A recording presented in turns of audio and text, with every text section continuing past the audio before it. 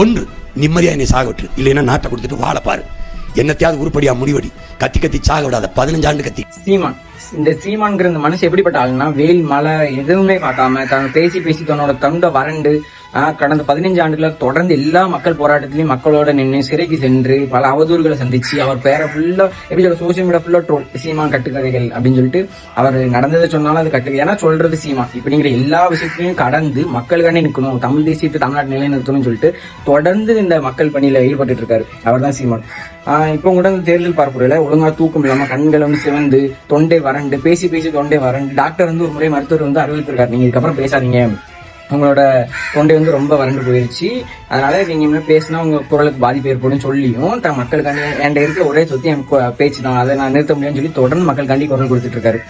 இந்த மனுஷனை நீங்க எப்படியா கைவிட உங்களுக்கு மனசு வருது? ஏன்னா இப்போ நம்ம 2026 தேர்தலில் நெருங்கிட்டோம்.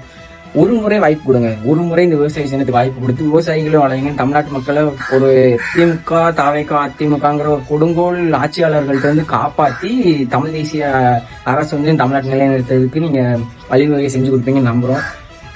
இந்த மனுஷனை கைவிட்டுறாதீங்க. நன்றி.